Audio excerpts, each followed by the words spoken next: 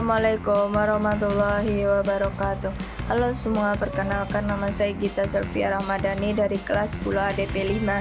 Di sini saya akan mempresentasikan materi IPA tentang 4.6 yang judulnya yaitu melakukan penanganan limbah di lingkungan sekitar. Limbah di lingkungan itu sangat penting loh untuk dijaga kebersihannya, kesehatan, dan kelestarian.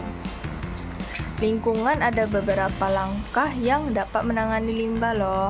1. Pengurangan limbah. Pengurangan limbah itu juga ada pembagiannya, yaitu 1. Mengurangi penggunaan produk sekali pakai. Dan pakailah pilihan produk yang bisa digunakan digunakan kembali. Yang kedua, pilih produk ramah lingkungan. Gunakan produk yang memiliki kemasan minimal dan mudah terurai. Itu adalah yang penguraian limbah. Yang kedua, memisahkan sampah. Memisahkan sampah itu terbagi menjadi 2 kategori, yaitu organik dan anorganik. Sekarang kita bahas organik. Organik adalah jenis limbah ini sebenarnya masih bisa diolah kembali menjadi hal yang bermanfaat. Contohnya adalah dedaunan atau sisa-sisa makanan.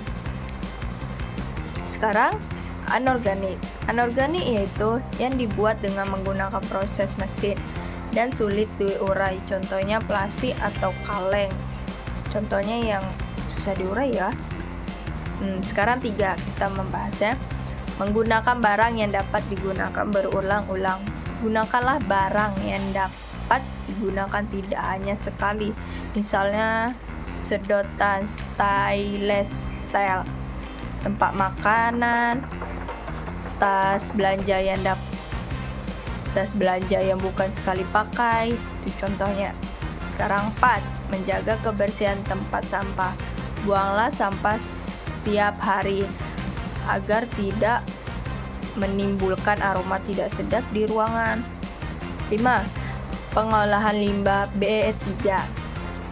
Gunakanlah metode pengolahan bioremediasi yang menggunakan bakteri atau mikroorganisme untuk mengurangi limbah B3. Sekarang kita mempelajari karakteristik limbah umum. Karakteristiknya itu ada 4. Yang pertama, sifatnya dinamis. Kenapa dibilang dinamis? Karena limbah itu sendiri selalu bergerak dari satu tempat ke tempat lainnya. Misalnya sampah yang dibuang di sungai akan berpindah ke tempat lainnya seperti laut. Kedua, ukurannya yang mikro. Kenapa dibilang ukurannya mikro? Karena partikel-partikel yang kecil ini sangat sulit untuk dilihat jika tanpa alat bantu seperti mikroskop.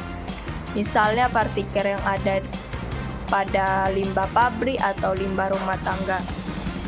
Ketiga, berdampak jangka panjang. Kenapa begitu? Untuk menyelesaikan permasalahan limbah membutuhkan waktu yang cukup panjang, misalnya sampah-sampah rumah tangga. 4. Dan ini yang terakhir, penyebarannya sangat luas. Kenapa sangat luas? Limbah bisa menyebar dari satu faktor ke faktor lain. Misalnya limbah pembuangan pabrik yang bisa menyebabkan lingkungan rusak. Oke, sekian dari saya. Bila ada kesalahan mohon dimaafkan. Wabillahi taufiq wal hidayah. Assalamualaikum warahmatullahi wabarakatuh. Dadah semua.